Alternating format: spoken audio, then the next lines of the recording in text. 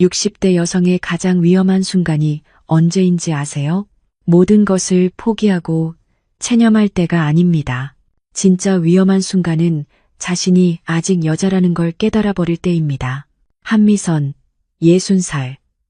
30년간 성실한 아내였고 헌신적인 어머니였습니다. 하지만 그날 밤 캠핑장 텐트 안에서 그녀는 깨달았어요. 자신이 아직 심장이 뛸 수 있고 숨이 가빠질 수 있고 온몸이 떨릴 수 있다는 것을. 거센 비바람이 텐트를 흔들어댔지만 정작 흔들린 건 미선의 마음이었습니다. 6년 전 아내를 잃은 윤준석이 그녀의 텐트 안으로 들어온 순간부터 말이죠. 대부분 사람들은 60세면 이미 늦었다고 생각합니다. 특히 여성에게는 더욱 가혹하죠.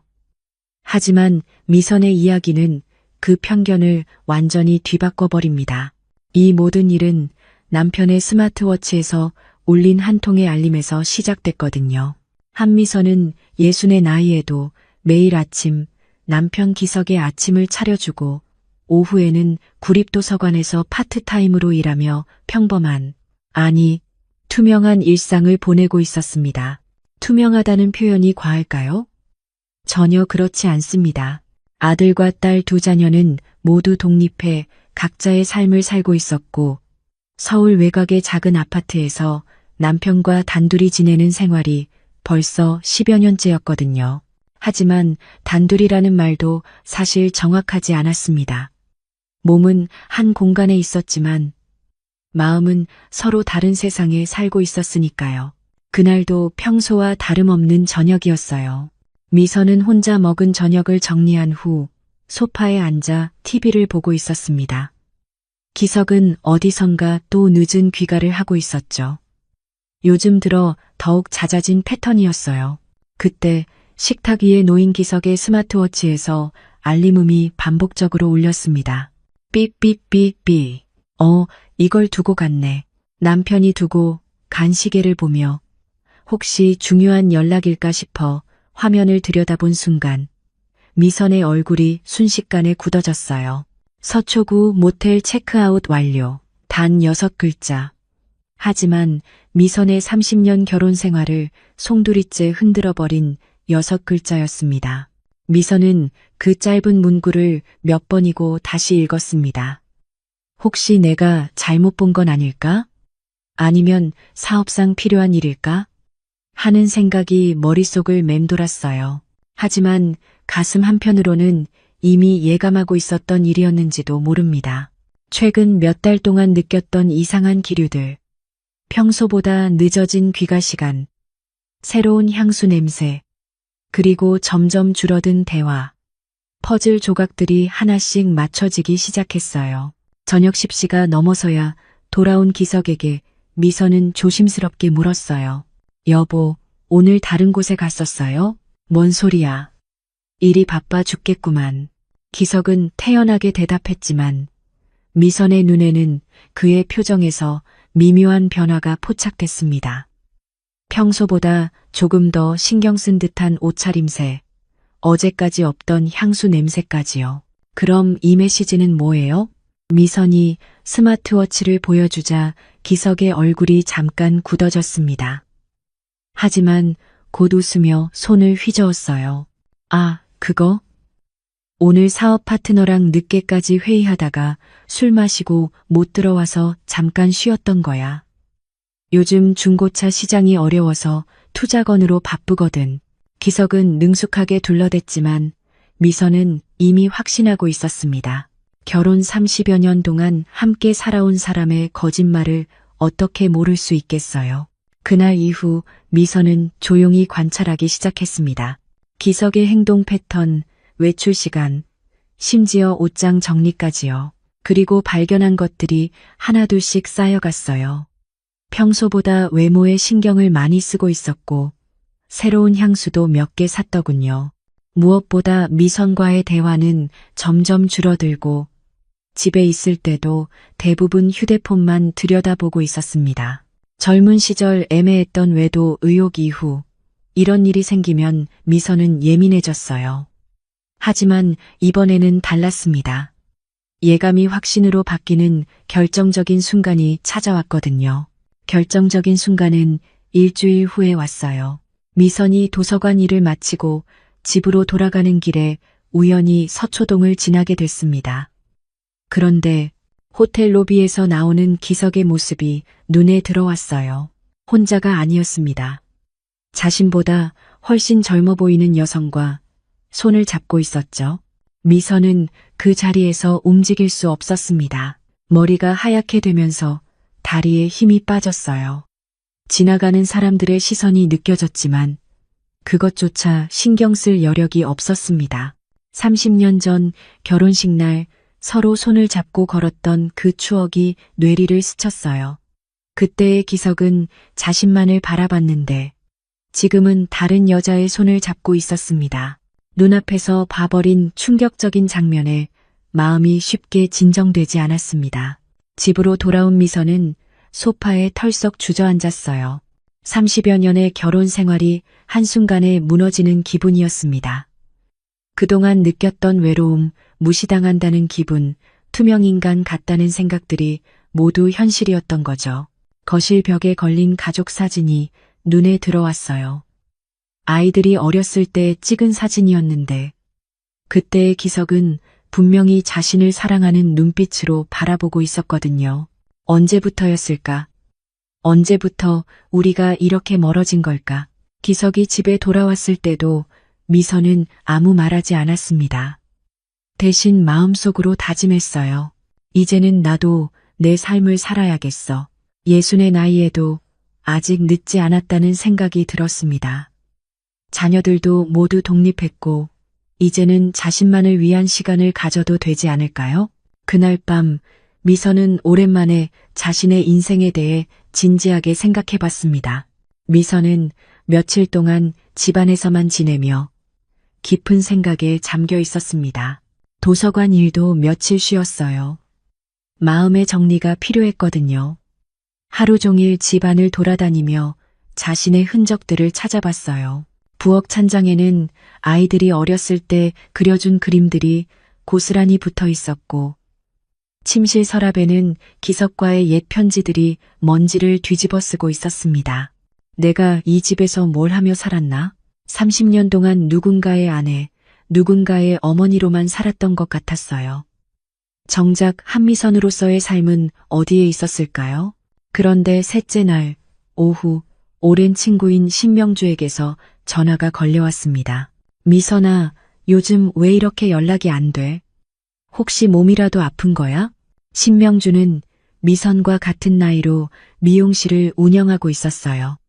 성격이 활발하고 새로운 것에 도전하는 걸 좋아하는 친구였죠.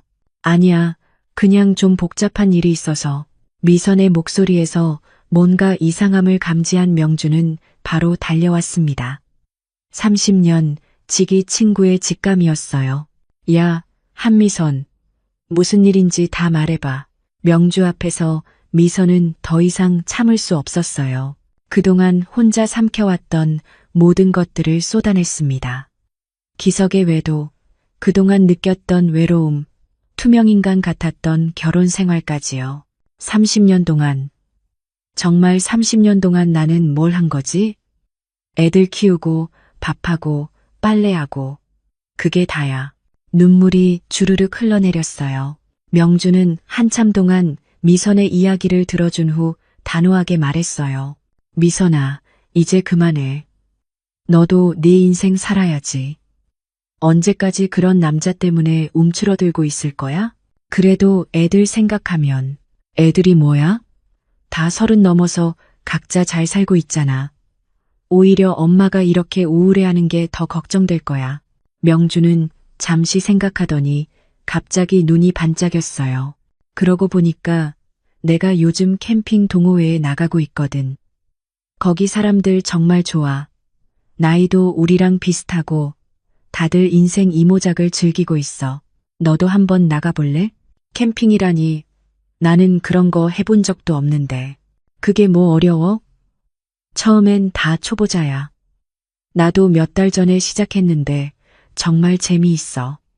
자연 속에서 새로운 사람들 만나고 새로운 경험도 하고 자연에서 마시는 커피는 또 얼마나 맛있다고. 명주는 계속해서 캠핑 동호회의 매력을 설명했어요. 특히 거기 리더가 정말 좋은 사람이야. 전 소방관이었는데 사람이 정말 따뜻하고 배려심이 많아. 한 번만 나가봐. 마음에 안 들면 안 나가면 되잖아. 근데 분명히 새로운 세상이 열릴 거야. 미선은 고민했어요. 예순의 나이에 캠핑이라는 낯선 활동을 시작한다는 게 쉽지 않았거든요. 하지만 지금까지의 답답한 일상을 벗어나고 싶은 마음이 더 컸습니다. 거실 벽에 걸린 그 가족 사진을 다시 한번 바라봤어요. 그 사진 속 자신은 웃고 있었지만 지금 생각해보니 진짜 웃음이었는지 의문이 들었습니다. 그냥 카메라 앞에서 웃어야 한다고 생각해서 웃었던 건 아닐까? 그럼 한 번만 가볼게. 일주일 후 미선은 명주와 함께 캠핑 동호회 정기 모임에 참석했어요. 서울 근교의 작은 카페에서 열린 모임이었는데 생각보다 많은 사람들이 와 있었습니다. 대부분 50대에서 60대 초반의 중년들이었어요. 명주는 일 때문에 시간이 맞지 않아서 미선을 데려다주고 갔어요.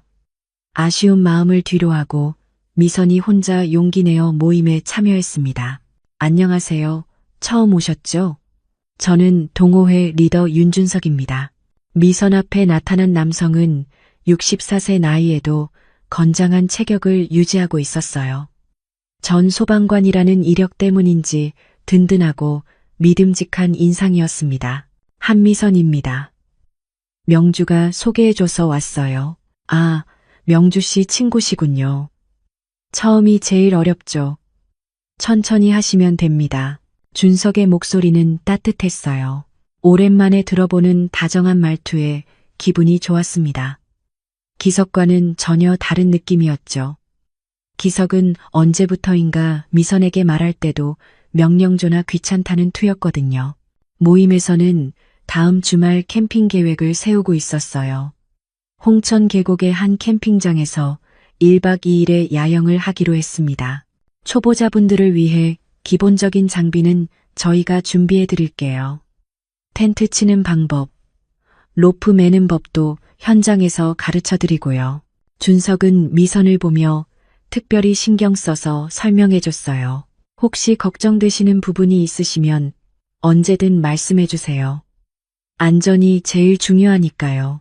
미선은 그의 세심한 배려에 마음이 따뜻해졌습니다. 언제부터인가 잊고 있던 감정이었어요.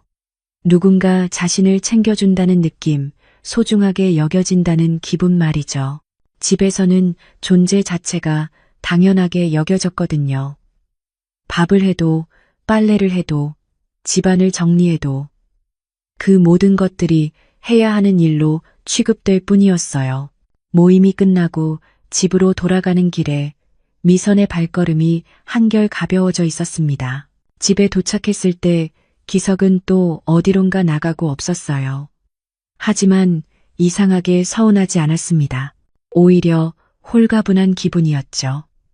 새로운 사람들을 만났고 새로운 경험을 앞두고 있다는 설렘이 더 컸어요.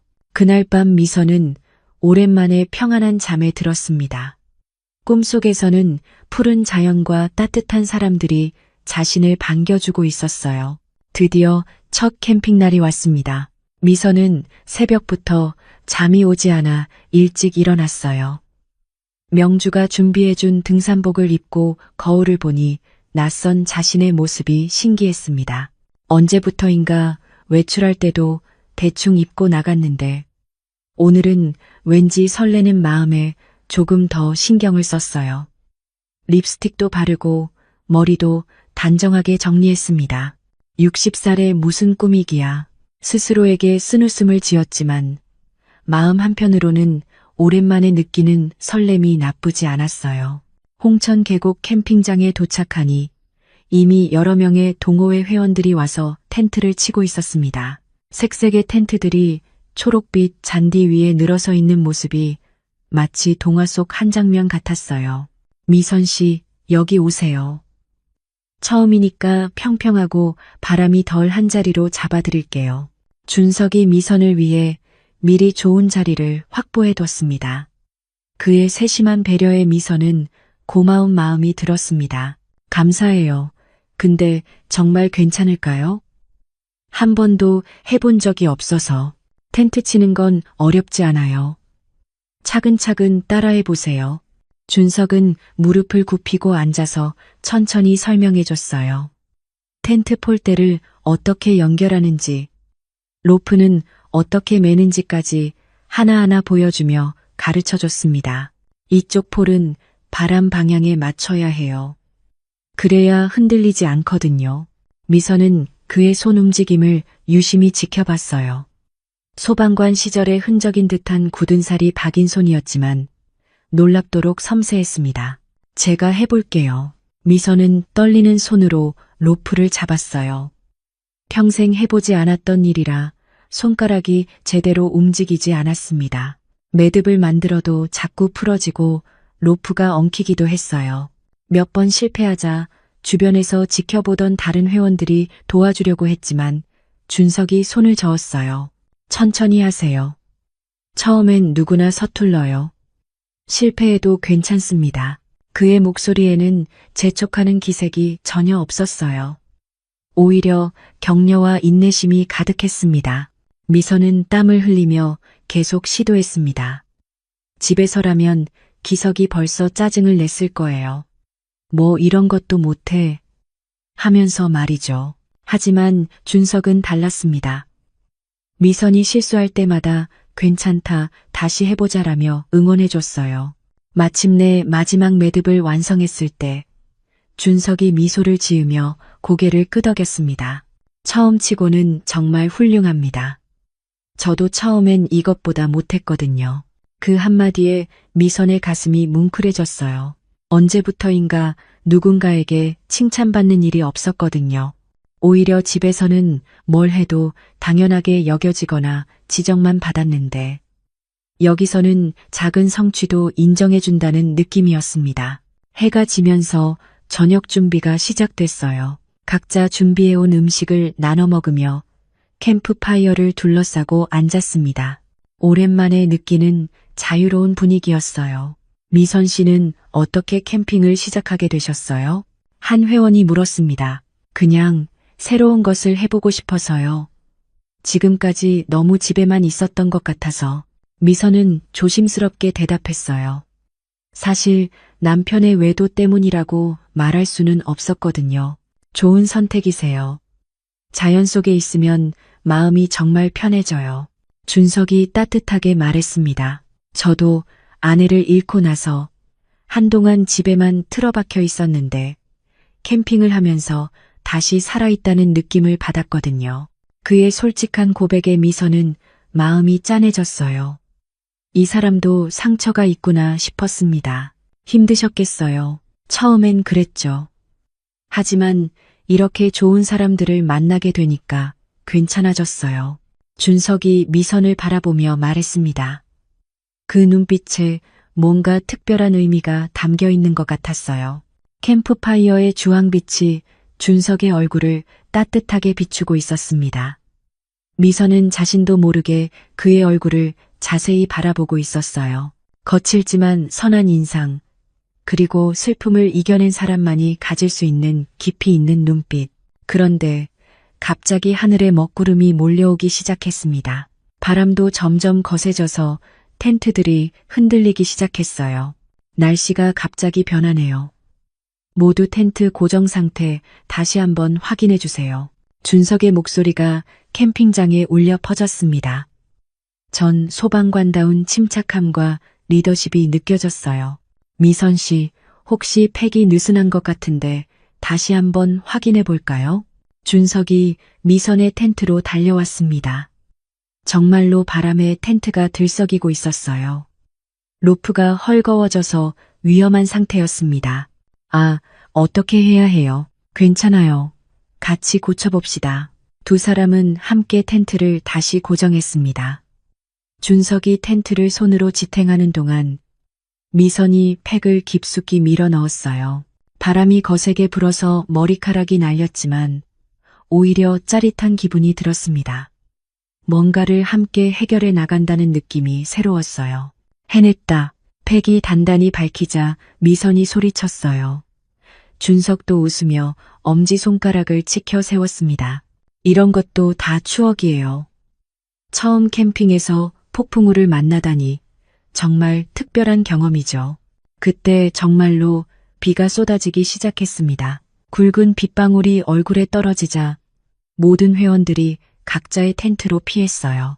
잠시 지나가는 비 같은데 일단 근처 펜션이랑 연락됐습니다. 원하시는 분들은 짐 챙겨서 이동하세요. 객실 수가 많지 않으니 초보자와 여성 회원들 위주로 들어가겠습니다. 동호회장이 큰 소리로 공지했습니다. 사람들은 우산을 쓰고 분주히 짐을 옮겼어요. 하지만 미선은 선뜻 따라가지 못했습니다. 처음 쳐본 텐트를 포기하고 싶지 않았거든요. 게다가 이런 경험도 나쁘지 않다는 생각이 들었어요. 저는 그냥 남을게요. 이런 것도 추억이고 재미있어서요. 미선의 목소리는 작았지만 단호했습니다. 그 옆에서 준석이 고개를 끄덕였어요. 그럼 저도 남겠습니다. 텐트 고정 상태도 다시 확인해야 하고 누군가는 여기 지켜야죠. 전 소방관답게 그는 책임감을 핑계 삼아 자연스럽게 곁을 지켜줬습니다. 결국 캠핑장에는 두 사람만 남았어요. 바람에 흔들리는 텐트들, 쏟아지는 빗소리, 그리고 어둠 속 랜턴 불빛. 밖은 소란스러웠지만 이상하게 마음은 평온했습니다. 큰 타프 텐트 아래서 젖은 옷을 벗어 걸어두고 담요를 나눠 덮은 채 마주 앉았습니다. 랜턴의 주황빛이 두 사람의 얼굴을 은은하게 비추고 있었어요. 밖에서는 빗방울이 천막을 두드리는 소리가 리듬감 있게 울려 퍼졌습니다. 그 소리를 들으며 미선은 그동안 꾹 눌러왔던 말들이 터져나오기 시작했어요. 집에서는 이런 소란도 없어요. 미선의 목소리가 빗소리 사이로 조용히 스며들었습니다. 그냥 서로 말도 없으니까요. 마치 같은 집에 사는 남남 같아요. 준석은 담요를 좀 더 끌어당기며 미선을 바라봤어요. 랜턴 불빛 아래서 그녀의 얼굴에 스친 외로움이 고스란히 보였습니다. 남편이 다른 여자를 만나는 것 같아요. 미선의 목소리가 떨렸습니다. 호텔에서 손잡고 나오는 걸 봤거든요. 그 순간 정말 머리가 하얗게 됐어요. 갑자기 이런 말이 지금 이 순간 왜 튀어나왔는지 미선도 몰랐습니다. 하지만 한번 시작한 말은 멈추지 않았어요. 30년 동안 쌓인 외로움, 무시당한 기분, 투명인간 같았던 느낌들이 빗소리와 함께 쏟아져 나왔습니다. 전 집에서 투명인간이었어요. 아무리 잘해줘도 당연하게 여기고 언제부터인가 고마워한다는 말도 안 들었어요. 준석은 조용히 들어줬어요. 중간중간 고개를 끄덕이며 이해한다는 표정을 지었습니다. 그 모습에서 미선은 더 용기가 났던 것 같습니다. 오늘만큼은 답답한 마음을 다 털어놓고 싶었어요. 저도 아내를 잃고 6년을 혼자 살았습니다. 준석이 자신의 이야기를 자연스럽게 꺼냈습니다. 아무렇지 않은 척했지만 사실 매일 밤이 길었어요. 집에 들어가면 아무도 수고했어, 밥 먹었어, 이런 말 해주는 사람이 없으니까요. 그는 잠시 멈췄다가 미선을 바라보며 말했어요. 그런데 미선 씨, 당신을 보고 있으면 다시 살아있다는 게 느껴집니다.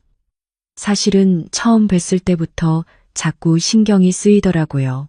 그 말에 미선의 눈가가 붉어졌습니다. 언제부터인가 누군가 자신을 여자로 봐준다는 느낌을 잊고 있었거든요.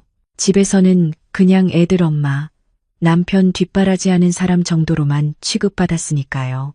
랜턴 불빛이 흔들리며 두 사람의 그림자를 겹쳐놓았어요. 자연스럽게 손이 닿았습니다. 준석의 손은 거칠었지만 따뜻했어요.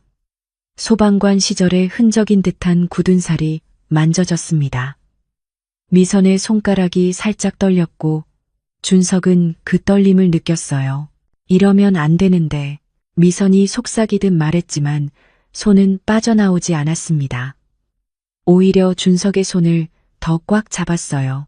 서로를 바라보는 눈빛에 모든 답이 있었습니다. 준석이 조심스럽게 미선의 뺨에 손을 올렸어요. 미선의 숨소리가 가빠졌습니다. 60의 나이에도 가슴이 이렇게 뛸 수 있다는 게 신기했어요. 심장 소리가 빗소리보다 크게 들렸습니다. 미선 씨, 준석의 목소리는 거칠게 떨렸어요. 미선은 눈을 감았습니다. 준석의 체온이 전해져 왔고 그의 거친 숨소리가 귓가에 닿았어요. 오랫동안 잊고 있던 여자로서의 감각이 되살아났습니다. 밖에 서는 것엔 비바람이 몰아치고 있었지만 그것 때문에 텐트가 흔들리는 건지 아무도 알 수 없었죠. 준석이 미선을 끌어안았습니다. 미선도 자연스럽게 그의 품에 안겼어요. 그의 가슴에서 은은한 비누 냄새와 남자 특유의 채취가 났습니다. 따뜻하고 든든했어요. 오랜만에 맡아보는 남자의 냄새였어요. 새롭고 설렜습니다. 텐트가 바람에 미친 듯이 흔들렸습니다. 천막이 팽팽하게 당겨지며 내는 소리, 바람이 지나가는 소리, 그리고 두 사람의 가쁜 숨소리가 어우러졌어요. 준석의 손이 미선의 등에 닿자 미선은 살짝 몸을 떨었습니다. 마치 20살 처녀처럼 온몸이 떨렸어요. 미선은 눈을 감고 그의 품에 더 깊이 안겼습니다. 준석의 가슴에서 들려오는 심장 소리가 자신의 것과 똑같이 빨랐어요. 두 사람 모두 긴장하고 있다는 걸 알 수 있었습니다. 텐트가 바람에 흔들릴 때마다 두 사람의 몸도 함께 흔들렸어요. 그 움직임이 오히려 더욱 밀착하게 만들었습니다.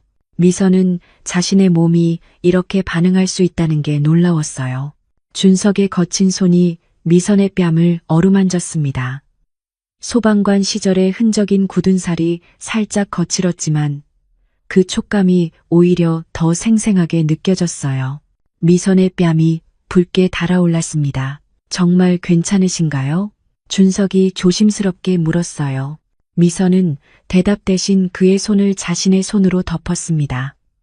그것만으로도 충분한 답이었어요. 두 사람의 손이 겹쳐진 순간 모든 망설임이 사라졌습니다. 준석이 미선의 머리카락에 얼굴을 묻었습니다. 은은한 샴푸 향과 그녀만의 채취가 코끝을 스쳤어요. 6년 동안 잊고 있던 여성의 향기였습니다. 그의 숨소리가 미선의 목덜미에 닿자 미선은 온몸에 소름이 돋았어요. 두 사람은 서로의 체온을 나누며 깊은 위로를 주고받았습니다.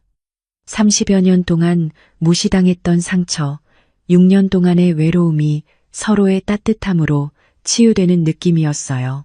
새벽이 되어서야 비가 그쳤습니다. 두 사람은 서로를 껴안은 채 잠들어 있었어요.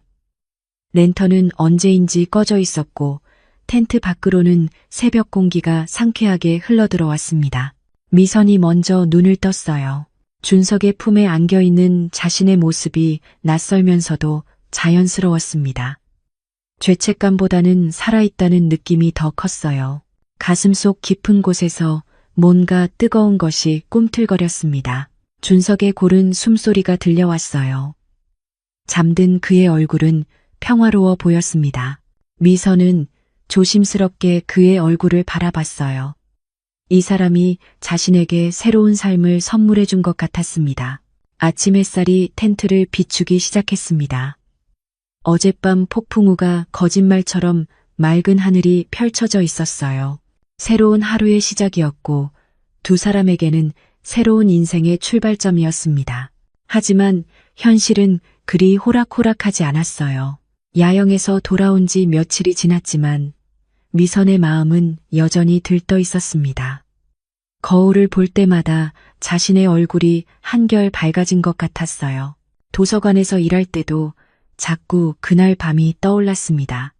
준석의 따뜻한 체온, 그의 거친 손길, 그리고 오랜만에 느꼈던 여자로서의 자신이요. 기석은 여전히 늦은 귀가를 반복하고 있었어요.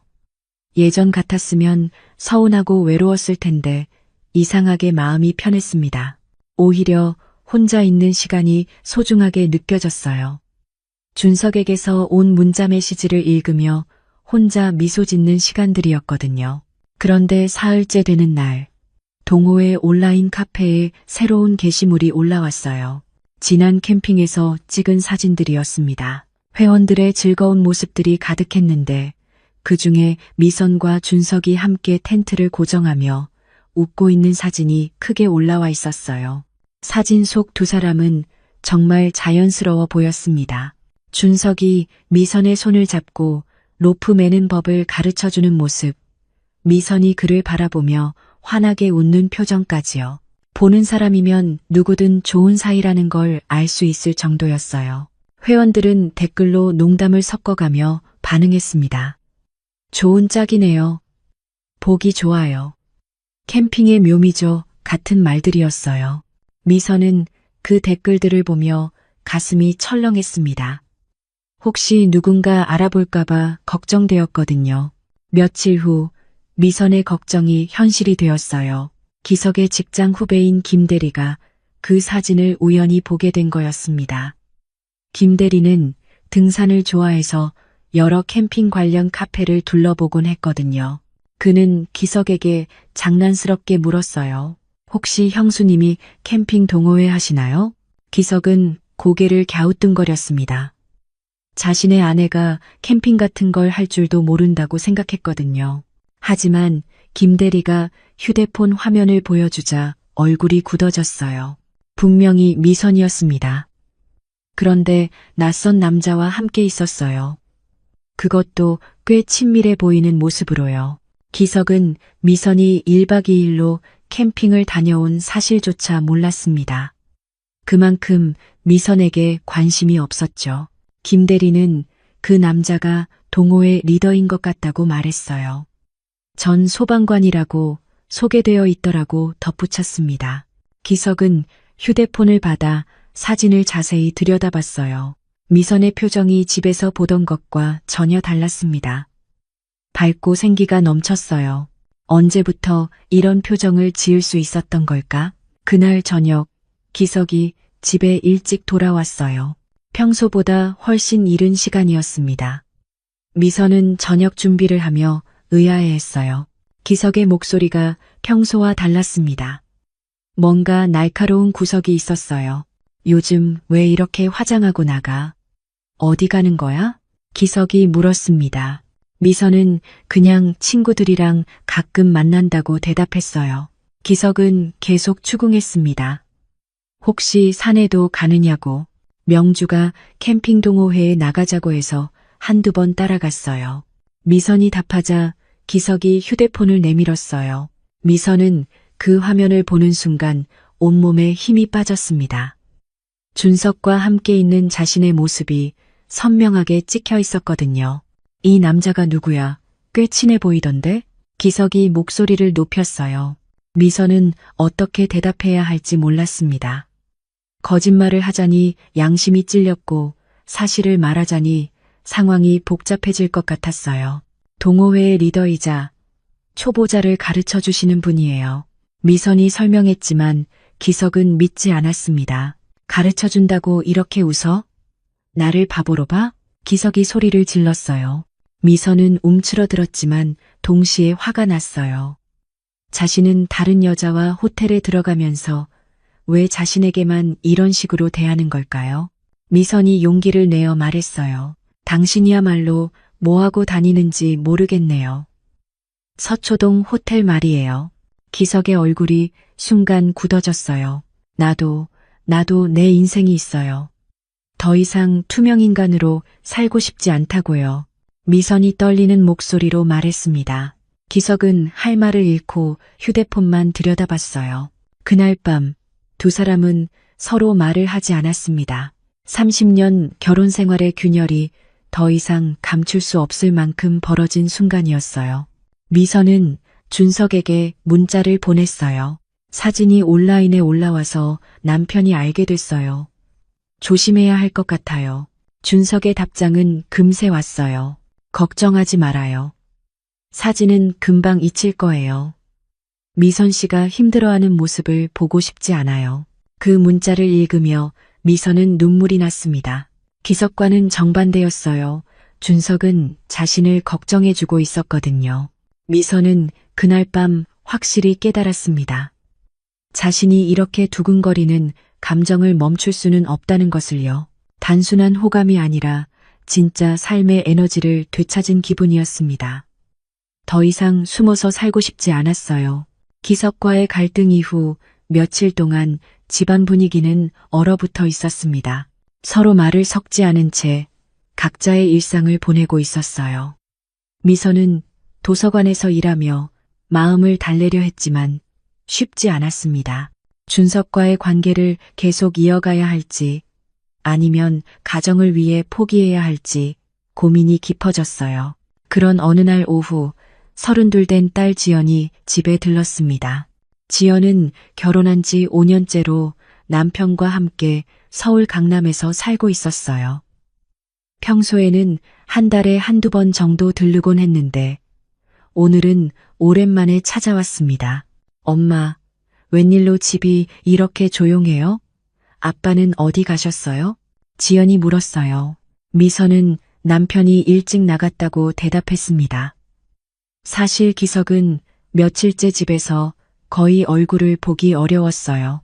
아침 일찍 나가서 밤늦게 들어오는 패턴이 반복되고 있었습니다. 지연은 엄마와 함께 차를 마시며 이런저런 이야기를 나누었어요. 그런데 미선이 화장실에 간 사이 휴대폰에서 메시지 알림음이 울렸습니다. 지연은 무심코 화면을 보게 됐어요. 메시지 내용이 화면에 그대로 떠 있었습니다. 오늘도 당신 생각이 나네요. 미선 씨 따뜻하게 지내세요. 발신자는 윤준석이라는 남성이었어요. 지연은 충격을 받았습니다. 엄마에게 다른 남자가 있다는 건가요? 하지만 화를 내기보다는 복잡한 심정이 들었어요. 오히려 엄마가 안쓰럽다는 생각이 먼저 들었습니다. 어린 시절부터 아버지가 가정의 무관심한 모습을 봐왔거든요. 엄마가 항상 혼자 모든 걸 감당하는 모습이 안쓰러웠어요. 미선이 화장실에서 나오자 지연은 조심스럽게 물었어요. 엄마, 혹시 다른 분이 계신 거예요? 미선은 순간 당황했습니다. 어떻게 알았을까요? 지연이 휴대폰을 가리키자 미선은 모든 걸 이해했어요. 메시지를 봤구나 싶었습니다. 지연아, 엄마가 설명할게. 미선은 떨리는 목소리로 말했어요. 하지만 지연은 엄마를 다그치지 않았습니다. 오히려 엄마의 손을 잡고 소파에 앉혔어요. 엄마, 괜찮아요. 천천히 말씀해 주세요. 지연의 따뜻한 반응에 미선은 눈물이 났습니다. 그동안 혼자 감당해왔던 모든 것들을 털어놨어요. 아버지의 외도, 그동안 느꼈던 외로움, 캠핑 동호회에서 만난 준석에 대한 이야기까지요. 지연은 한참 동안 엄마의 이야기를 들어줬습니다. 사실 아버지의 외도는 어느 정도 짐작하고 있었어요. 어린 시절부터 가정적이지 않은 아버지의 모습을 봐왔거든요. 엄마도 그냥 숨 쉬듯 살아왔을 뿐이야. 그런데 준석 씨는 날 여자로 존중해줘. 미선이 조심스럽게 말했어요. 지연은 한참 침묵하며 생각했습니다. 같은 여자로서 엄마의 마음을 이해할 수 있었어요.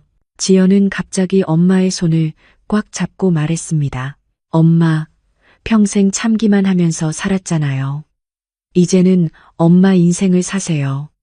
저랑 오빠도 다 컸고 엄마가 행복해야 저도 행복해요.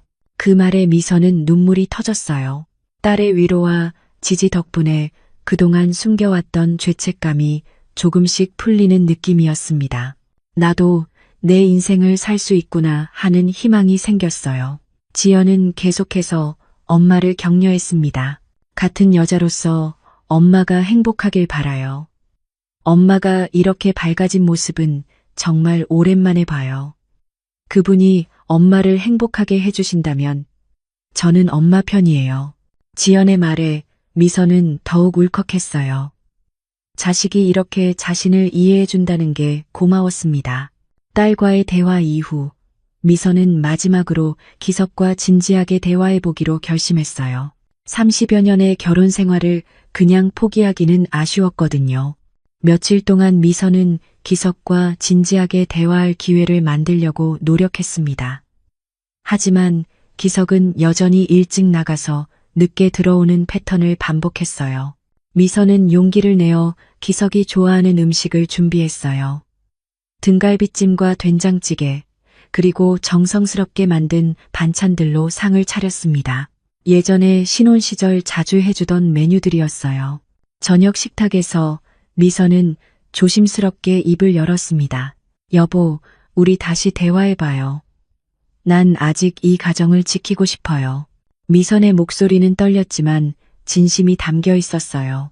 기석은 젓가락질을 멈추고 미선을 바라봤습니다. 순간 기대감이 들었어요. 하지만 기석은 곧 휴대폰을 꺼내 들여다봤습니다. 누군가와 메시지를 주고받고 있는 것 같았어요. 여보, 잠깐만 휴대폰 내려놓고 얘기해요. 지금은 바빠. 사업 정리해야 한다고. 기석이 대꾸했습니다. 미선은 한숨을 쉬며 계속 시도했습니다. 당신 요즘도 그 여자 만나는 거 알아요. 미선이 조심스럽게 말했어요. 기석의 손이 잠깐 멈췄습니다.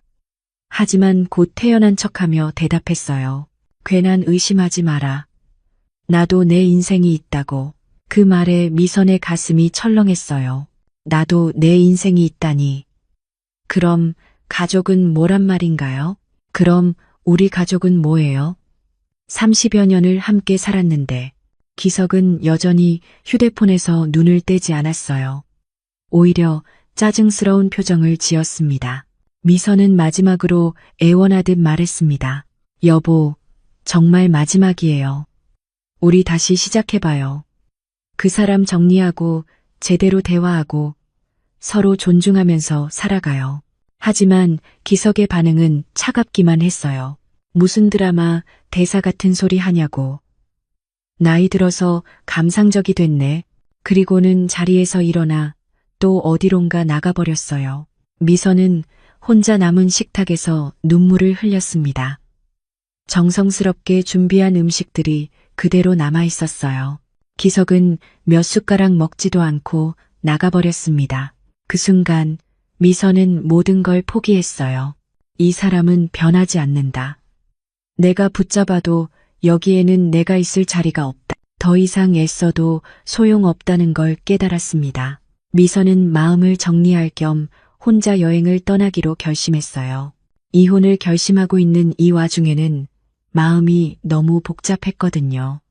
준석과의 연락은 당분간 피했습니다. 딸 지연이 엄마의 여행을 적극 권했습니다.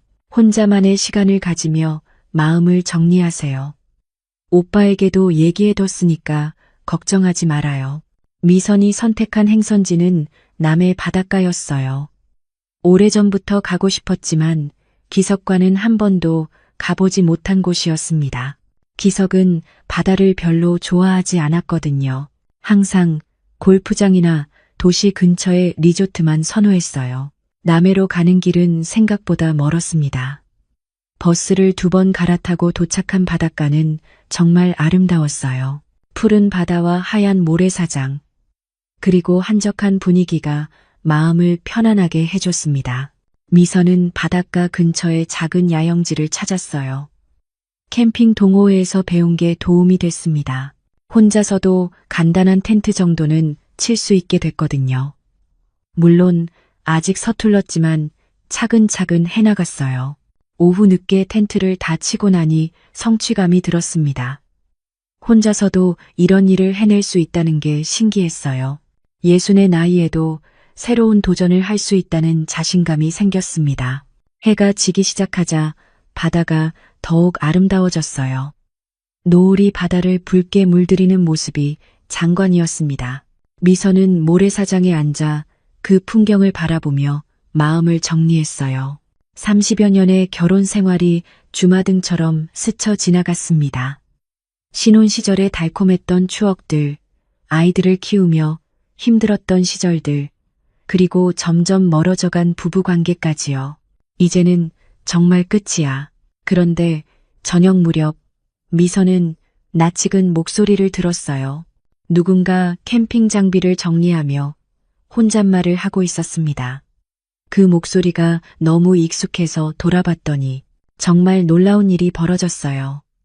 바로 윤준석이 혼자 텐트를 정리하고 있었던 겁니다. 미선 씨? 여기서 다시 뵙네요. 혼자 오신 거예요? 준석의 목소리에는 반가움이 가득했습니다. 미선도 어색하면서도 반가웠어요. 그동안 연락을 피해왔었는데 이렇게 만나게 되다니요.